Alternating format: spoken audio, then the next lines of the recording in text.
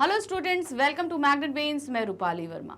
Magnet brains आपको 100% free education देता है, लेकिन अब आपकी पढ़ाई को और ज़्यादा अच्छा करने के लिए मैग्नेट ब्रेन्स लेकर आया है बुक्स और ई बुक्स। ये बुक्स आपको मिल रही हैं किंडरगार्टन से लेकर क्लास 12th तक के सभी सब्जेक्ट्स के लिए, और इसको बहुत अच्छा या असरदार बनाने के लिए, ताकि आपकी पढ़ाई में आपको और आसानी हो, किसी तरह की और डिफिकल्टीज को ना सामना करना पड़े, उसके लिए हमने इसे अलग अलग कैटेगरीज में डिवाइड कर दिया। जैसे कि हम थ्योरीज पढ़ते हैं, यानी कि हम चैप्टर एक्सप्लेनेशन पढ़ते हैं, तो ये सारी के लिए सारी चैप्टर एक्सप्लेनेशन के लिए हमने एक बुक रेडी कर दी, वो है हमारी थ्योरी बुक। फिर उसके बाद हम क्या करते हैं, एनसीईआरटी सॉल्यूशंस करते हैं, एक्सरसाइज करते हैं, तो उसके लिए हमारे पास एक बुक हो गई, वो हो गई हमारी सॉल्यूशन बुक। तो इस तरीके से अलग अलग कैटेगरीज की बुक हमने आपके लिए ला दी है। इन बुक्स को प्राप्त करने के लिए नीचे डिस्क्रिप्शन बॉक्स में आपके सामने एक लिंक दिया गया है। उस लिंक में एक फॉर्म है, उस फॉर्म को फिल करके आप सबमिट करिए।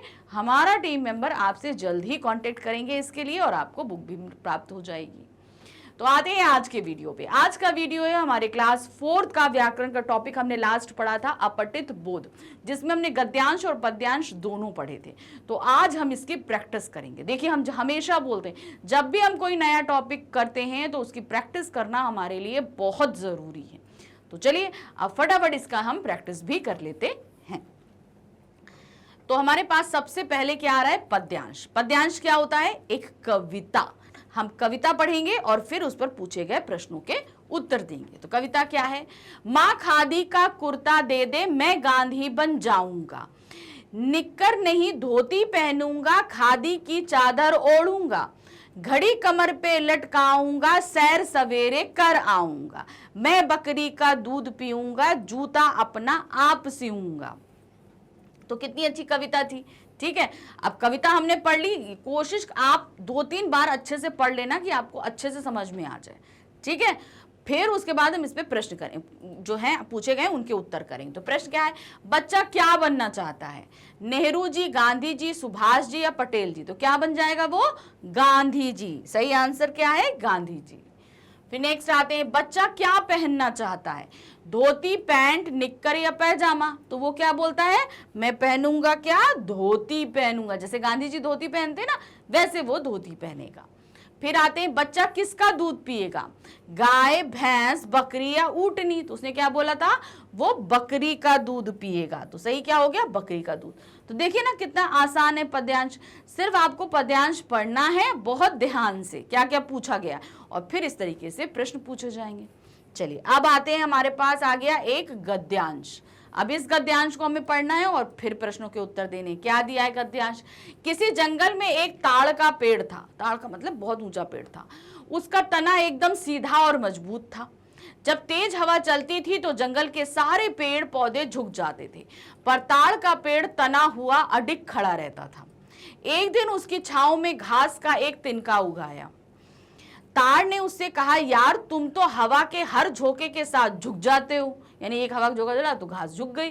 तो ताड़ का पेड़ तो हर हवा के साथ झुकता नहीं था, तो उसने बोला तुम तो हर हवा के झोंके के साथ झुक जाते हो। घास के तिनके ने विनम्रता से उत्तर दिया, मित्र मैं तुम्हारी तरह मजबूत नहीं। ताड़ का पेड़ इस प्रशंसा पर फूल उठा, मतलब उसकी किसी ने तारीफ कर दी तो उसको बड़ा अच्छा लगा। झूम कर बोला, हाँ बंधु, इस जंगल में सबसे ताकतवर मैं ही हूं। अब उसे घमंड हो गया था। उसी रात जंगल में भयानक आंधी आई। घास का तिनका हर झोंके से इधर डोलता उधर डोलता रहा, पर तूफान ने ताड़ के पेड़ को उखाड़ कर फेंक दिया। अर्थात उसका घमंड क्या हुआ, चकनाचूर हो गया। जो विनम्र रहते हैं वो हमेशा बचे रहते हैं, अच्छे रहते हैं, बेकार परिस्थितियों में भी कार्य रहते हैं। मतलब जितनी भी मुश्किल परिस्थितियां आएंगी तो भी हम काम और सौम्य बने रहेंगे, तब भी हम सही से रहेंगे। लेकिन जो घमंडी होते हैं वो गिर जाते हैं। अब इस पर क्या है, प्रश्न है। पहला प्रश्न क्या है, जंगल में लगे ताड़ के पेड़ की क्या विशेषता थी। वो क्या विशेषता था, वो बहुत ऊंचा था और मजबूत तना था ना उसका। तो क्या था, जंगल में लगे ताड़ के पेड़ का तना एकदम सीधा और मजबूत था। ये विशेषता हमको गद्यांश में बताई गई है, वो हमने लिख दिया। दूसरा क्वेश्चन क्या है, जंगल में हवा आने पर क्या होता था। जब जंगल में हवा चलती थी तो क्या होता था, घास का तिनका इधर जाता था उधर जाता था। ये होता था ना, जंगल में हवा आने पर सारे पेड़ पौधे झुक जाते थे, लेकिन ताड़ का पेड़ तना हुआ और अडिग रहता था। यानी कि घास भी इधर उधर थी, सारे पेड़ झुकते थे, लेकिन ताड़ जो है वो सीधा खड़ा रहता था। ताड़ के पेड़ ने किसके तिनके से क्या कहा? क्या है? ताड़ के पेड़ ने तिनके से क्या कहा? तिनके से क्या कहा था? ताड़ के पेड़ ने तिनके से कहा, तुम हवा के हर झोंके के साथ झुक जाते हो। वो तो हवा के झोंके के साथ नहीं झुकता था, तो उसने घास के तिनके से बोला कि तुम तो हर झोंके के साथ झुक जाते हो। फिर है, ताड़ का पेड़ प्रशंसा में क्यों फूल गया? क्यों फूला था? तिनके ने जब उससे कहा कि तुम्हारी तरह मजबूत नहीं हूं, तो ताड़ प्रेम से, क्योंकि क्या हुआ, उसको प्रशंसा कर दी कि भाई मैं तो झुक जाता हूं क्योंकि मैं कमजोर हूं, लेकिन मैं तुम्हारे जितना मजबूत नहीं हूं, इसलिए झुक जाता हूं। जब उसने ऐसी प्रशंसा करी कि मैंने उसको मजबूत बताया, तो क्या हुआ, उसको अंदर वो फूला नहीं समाया। तो कैसे लिखेंगे? तिनके ने जब उससे कहा मैं तुम्हारी तरह मजबूत नहीं हूं, तो ताड़ का पेड़ प्रशंसा से फूल गया। अगला क्या प्रश्न पूछा? रात को भयानक आंधी आने पर क्या हुआ? क्या हुआ था? जो तिनका था वो कभी इधर डोलता कभी उधर डोलता, लेकिन ताड़ के पेड़ को क्या किया था? आंधी ने उखाड़कर फेंक दिया था। क्या हुआ? तिनका आंधी के हर झोंके से इधर उधर डोलता रहा, लेकिन तूफान ने ताड़ के पेड़ को उखाड़कर फेंक दिया था। अगला क्वेश्चन है, इस कहानी से तुम्हें क्या शिक्षा मिलती है? ये कहानी हमें क्या शिक्षा देती है? कभी भी घमंड नहीं करना चाहिए। तो क्या है? इस कहानी से हमें शिक्षा मिलती है कि हमें कभी भी घमंड नहीं करना चाहिए। तो इस तरीके से हमने सीख भी लिख ली। तो देखा ना कितनी आसानी से हमने पूरा अपठित गद्यांश कर लिया। अब आते हैं अगले अपठित गद्यांश पे। क्या दिया है यहाँ पर? एक व्यापारी अपने गधे पर नमक का थैला लाद कर शहर जा रहा था। रास्ते में नदी आई। पानी ज्यादा गहरा ना था। कुछ डग भरने के बाद ही गधे का पांव फिसल गया। कुछ पैर उस चला नदी में गधा, और गधा फिसल गया। पर गधा इस घटना से तनिक भी दुखी ना हुआ। पानी में फिसल जाने के कारण भीग कर बहुत सा नमक जो है वो घुल गया। पानी में वो गिर गया था, तो नमक जो उसके लदा था वो कुछ घुल के जो है पानी में बह गया, और उसकी पीठ का बोझा हल्का हो गया। नमक कम हो गया तो हल्का हो गया। सहसा गधे के दिमाग में यह घटना बढ़िया तरकीब बनकर बैठ गई। उसको एक आइडिया आ गया। दूसरे दिन जब मालिक उसकी पीठ पर नमक का थैला लाद कर शहर ले जा रहा था, वह नदी में बैठ गया। फिर दूसरे दिन वो जान के बैठ गया। 2-4 दिन इसी तरह हुआ। मतलब रोज जो है वो आदमी नमक का थैला लादता और गधे पे, और गधा जाता और नदी में जाके बैठ जाता, और क्या होता, सारा जो है नमक घुल जाता और उसके शरीर, जो उसकी पीठ का जो भार था वो हल्का हो जाता। वो डेली गधा यही कर रहा था। पर मालिक भी कम नहीं था। गधे की शरारत ताड़ गया। वो समझ गया कि गधे जो है वो जान के कर रहा है। समझ गया कि बोझ हल्का करने के लिए ये गधा ऐसी हरकत कर रहा है। फिर क्या था? अगली बार शहर से आते समय व्यापारी नमक की बजाय रुई लेता आया। क्या? नमक नहीं लाया, क्या लाया? रुई ले आया। वापस में नदी के बीच पहुंचने पर गधे ने जैसे ही अपनी पुरानी आदत दोहराई कि उसको तो नहीं पता था कि भाई रुई है कि नमक है, बस उसको ये पता था कि हम बैठते हैं घुल जाता है, खत्म हो जाता है। अब की उसके पीठ पे रुई लदी थी। फिर से वो नदी में गया और बैठ गया, पर दोहराई वह हैरान रह गया। भाई नमक घुल जाता था, मगर रुई में जैसे ही पानी पड़ेगा तो क्या होगा? रुई और ज्यादा वेटेड हो जाएगी, भारी हो जाएगी। उसका बोझ हल्का होने की बजाय और भारी हो गया, क्योंकि पानी में भीगने से रुई भारी हो गई थी। व्यापारी की तरकीब काम कर गई। तो इस तरीके से व्यापारी ने दिमाग से जो है वो गधे को जो है पछाड़ा, उसको समझाया कि ऐसा नहीं करना चाहिए। अब प्रश्न क्या है देखिए, व्यापारी किस पर क्या लाद कर ले जा रहा था? किस पर लाद के क्या ले जा रहा था? गधे पर नमक लाद के ले जा रहा था। तो सही क्या है? गधे पर नमक, घास, घोड़े पे घास, घोड़े पे नमक। तो क्या ले गया था वो? गधे पर नमक लाद के ले गया था। तो हम इस पर टिक मार्क करेंगे। नेक्स्ट है, गधे का पांव पानी में फिसलने से क्या हुआ? जिस दिन पहली बार गधे का पांव जो पानी में फिसला तो क्या हुआ था? नमक जो है वो पानी में थोड़ा घुलकर बह गया था और उसका भार हल्का हो गया था। तो गधे के पैर में चोट आई, गधा पानी में बह गया। गधे की पीठ का नमक पानी में घुलकर बह गया, गधे की पीठ में चोट लग गई। तो सही क्या है हमारा? गा। गधे की पीठ का नमक पानी में घुलकर बह गया। गधा रोज पानी में क्यों बैठ जाता था? वो क्यों बैठ जाता था? अपनी पीठ का भार हल्का करने के लिए। तो क्या करता था? ऐसा करने से गधे को ठंडक मिलती थी, ऐसा करने से गधे को ताजगी मिलती थी, ऐसा करने से पीठ का नमक पानी में बहने से वजन कम हो जाता था, ऐसा करने से गधे को कुछ पल बैठने के लिए मिल जाता था। तो सही क्या है हमारा? गा वाला, क्योंकि इससे क्या था, पानी नमक जो है नमक पानी में घुल के बह जाता था और उसके पीठ का जो वजन है वो कम हो जाया करता था। नेक्स्ट है, गधे को सबक सिखाने के लिए मालिक ने क्या किया? गधे को सबक सिखाने के लिए मालिक ने क्या किया था? वो नमक की बजाय रुई उसके पीठ पर उसने लाद दी थी। गधे की पिटाई बेत से की, गधे की पीठ पर नमक की जगह रुई लाद दी, गधे को घर से निकाल दिया, गधे की पीठ पर ईंट लाद कर ले गया। तो क्या करता था? नमक की जगह रुई लाद दी थी। उस पर टिक मार्क कर देंगे हम। नेक्स्ट आते हैं, रुई के साथ पानी में बैठने पर क्या हुआ? जब रुई के साथ गधा पानी में बैठा तो क्या हुआ? रुई ने पानी सोख लिया और वजन बढ़ गया था। गधे के पैरों में चोट नहीं आई, गधे को अधिक ताजगी का एहसास हुआ, रुई भी पानी के साथ बह गई, रुई भीगने से पीठ का बोझा बढ़ गया।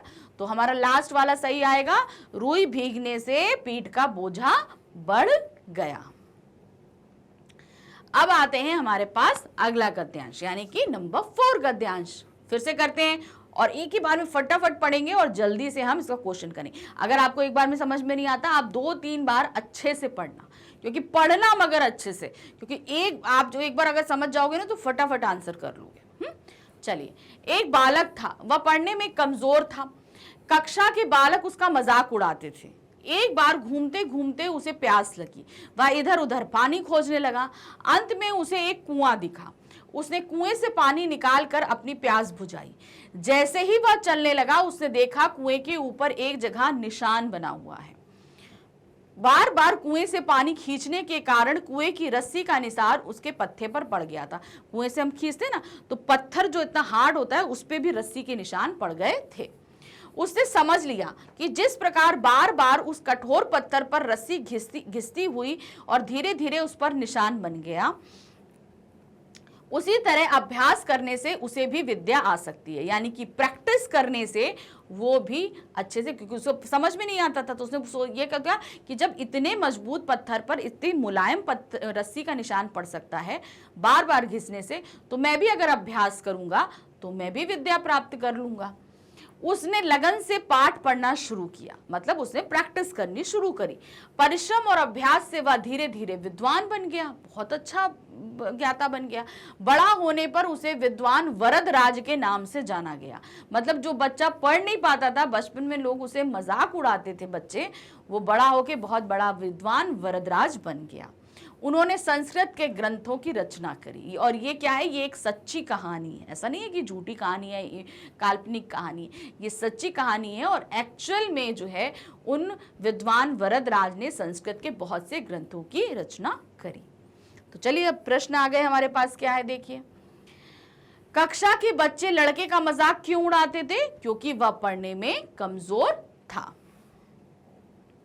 नेक्स्ट है, पानी खोजते हुए वो कहां पहुंचा? नदी पर, कुएं पर, सरोवर पर, तालाब पर। तो कहां पहुंचा था वो? कुएं के पास पहुंचा था। फिर है, वापस लौटते हुए उसने क्या देखा? जो बच्चा था वो जब वापस लौटा तो उसने क्या देखा? वापस लौटते हुए उसने एक निशान देखा। कौन सा निशान देखा था? पत्थर पर रस्सी का निशान देखा था। बड़ा होने पर लोग उसे कैसे जानने लगे? जब वो बड़ा हुआ तो क्या उसे कैसे जानने लगे? बच्चे को विद्वान वरदराज के नाम से जानने लगे। बड़ा होने पर लोग उसे विद्वान वरदराज के नाम से जानने लगे। इस कहानी से आपको क्या शिक्षा मिलती है? ये कहानी हमें क्या शिक्षा देती है? अभ्यास करने से, यानी कि प्रैक्टिस करने से हम बहुत ही ज्यादा अच्छे से विद्या प्राप्त कर सकते हैं। सिर्फ विद्यालय में होने से कुछ नहीं होगा, अभ्यास करना भी जरूरी होता है। ये नहीं कि हम स्कूल गए, स्कूल से हमने पढ़ लिया, काम खत्म। नहीं, हमें घर आकर भी प्रैक्टिस करनी है। जब हम प्रैक्टिस करेंगे तो हम बहुत ही अच्छे बन जाएंगे। चलिए अब नेक्स्ट आते हैं, हमारे पास एक गद्यांश और है। क्या है? एक सरोवर में एक कछुआ एवं 2 हंस रहते थे। सरोवर मतलब तालाब में। बहुत दिनों तक वर्षा ना होने पर सरोवर सूख गया, तालाब सूख गया। हंसों ने कछुए से कहा, मित्र हमें दूर दूसरे गांव चले जाना चाहिए, पानी नहीं है तो क्या होगा भाई, हम सब मर जाएंगे बिना पानी के, तो चलो दूसरे गांव चलते। कछुए ने कहा, क्या तुम मुझे अपने साथ ले चलोगे, क्योंकि मैं तो तुम्हारी तरह उड़ नहीं सकता। हंस तो उड़ के चले जाएंगे, कछुआ कैसे जाएगा। उसने कहा कि तुम मुझे मेरे साथ ले चलो। दोनों हंसों ने उसकी बात मान ली। वे एक पतली छड़ी ले आए। उन्होंने कछुए को सलाह दी, तुम दोनों मुंह से इस छड़ी को पकड़ लो, रास्ते में किसी भी कारण अपना मुंह नहीं खोलना। कछुआ उनकी बात मान गया। यानी कि दो हंस थे, तो एक डंडी को इधर से पकड़ा हंस ने और दूसरा इधर से पकड़ा, और कछुए से बोला कि तुम मुंह से यहाँ बीच से डंडी पकड़ लेना और किसी भी कारण से मुंह से नहीं पड़ना। हंस क्या करेगा, ये डंडी लेके उड़ जाएगा और कछुआ इसी से लटक लटक उनके साथ चला जाएगा। तो ठीक है भाई, कछुए ने मान लिया, ठीक है मैं नहीं खोलूंगा मुंह। दोनों हंसों ने छड़ी के दोनों सिरों को अपनी चोंच पर पकड़ लिया। कछुए ने भी छड़ी को अपने मुंह में पकड़ लिया। वे एक गांव से दूसरे गांव उड़ रहे थे। एक गांव में नीचे खेलते हुए बच्चों ने झुंड ने एक दृश्य देखा। मतलब ऊपर ये लोग उड़ रहे थे, तो बच्चों ने जो है ना ऊपर दो हंसों के साथ कछुए को उड़ते हुए देखा। जब यह दृश्य देखा तो वो शोर मचाने लगे। कछुआ खुश होकर मुंह खोलकर कुछ बोलने ही वाला था कि छड़ी उसके मुंह से छूट गई और वह धरती पर गिर पड़ा। तो क्या हुआ, वो बोलना चाहता था और जैसे ही उसने मुंह खोला तुरंत डंडी छूट गई, वो धम से नीचे गिर पड़ा। तो ये एक छोटी सी कहानी थी। अब इस कहानी पे देखो प्रश्न है क्या, सरोवर में कौन कौन रहता था। एक कछुआ और दो हंस रहते थे। तो सही क्या है, हंस और कछुआ रहता था। नेक्स्ट है, वे सरोवर क्यों छोड़ना चाहते थे। क्यों, क्योंकि सरोवर सूख गया था, सरोवर गंदा हो गया था, सरोवर में बहुत पानी भर गया था, सरोवर के अन्य जानवर आ गए थे, या सरोवर सूख गया था। तो सही क्या था, सरोवर सूख गया था। नेक्स्ट है, दोनों हंस क्या लेकर आए थे। वो क्या लेके आए थे, एक पतली सी छड़ी लेकर आए थे। तो यहां पर क्या होगा, हम निशान लगाएंगे छड़ी पर। कछुआ हंसों के साथ कैसे उड़ा था। कैसे उड़ा था, दोनों हंसों ने सिरे से क्या कहते हैं पकड़ा था छड़ी को, और कछुए ने बीच में से छड़ी को मुंह से पकड़ा था। तो क्या था, दोनों हंसों ने दोनों तरफ से एक छड़ी चोंच में दबा ली और कछुए से कहा कि इसे बीच से पकड़ लो। इस प्रकार कछुआ हंसों के साथ उड़ गया था। नेक्स्ट क्वेश्चन है, अंत में कछुए का क्या हुआ। आखिर में क्या हुआ था, उसने मुंह खोल दिया था और वो नीचे धम्म से गिर गया था। तो क्या होगा, अंत में कछुआ खुश होकर मुंह खोलकर कुछ बोलने ही वाला था कि छड़ी उसके मुंह से छूट गई और वह धरती पर गिर पड़ा। यही हुआ था ना, बस हमने लिख दिया। देखिए कैसे फटाफट पूरा हमने सॉल्व कर लिया। तो इसी तरीके से अनुच्छेद की आप जितनी प्रैक्टिस करोगे ना, आप उतना अच्छे से, जैसे अभी हमने एक क्या कहते हैं गद्यांश भी पढ़ा कि प्रैक्टिस करने से हम बहुत अच्छे से काम कर सकते हैं। तो मैग्नेट ब्रेन्स आपको 100% फ्री एजुकेशन तो देता रहा, लेकिन अब आपकी पढ़ाई को और अच्छा करने के लिए क्या किया है, उसने कुछ बुक्स और ई बुक्स लेकर आया है। ये बुक्स आपको किंडरगार्टन से लेकर क्लास 12 तक के सभी सब्जेक्ट्स के लिए मिल रही है। अब इनको जो है और ज़्यादा अच्छा बनाने के लिए हमने अलग अलग कैटेगरीज में डिवाइड किया है। अब ये कैटेगरीज, जैसे हम थ्योरी पढ़ते हैं तो हम उन्हें एक बुक ले दी, थ्योरी बुक हो गई। हम एमसीक्यूज पढ़ते हैं तो एक बुक हमारी एमसीक्यूज बुक हो गई। हम सैम्पल पेपर पढ़ते हैं तो एक बुक हमारी सैम्पल पेपर सोल्यूशन हो गई। इसलिए अलग अलग कैटेगरीज में हमारे पास बुक हैं आपके लिए। इन बुक को प्राप्त करने के लिए नीचे डिस्क्रिप्शन बॉक्स में एक लिंक दिया गया है, वो एक फॉर्म है, उसे आप फिल करके सबमिट करिए। जल्दी हमारे टीम मेंबर आपसे कॉन्टेक्ट करेंगे। तो ये बुक प्राप्त करके भी आप अपनी पढ़ाई बहुत अच्छे से कर सकते हैं। Thank you for watching, bye bye.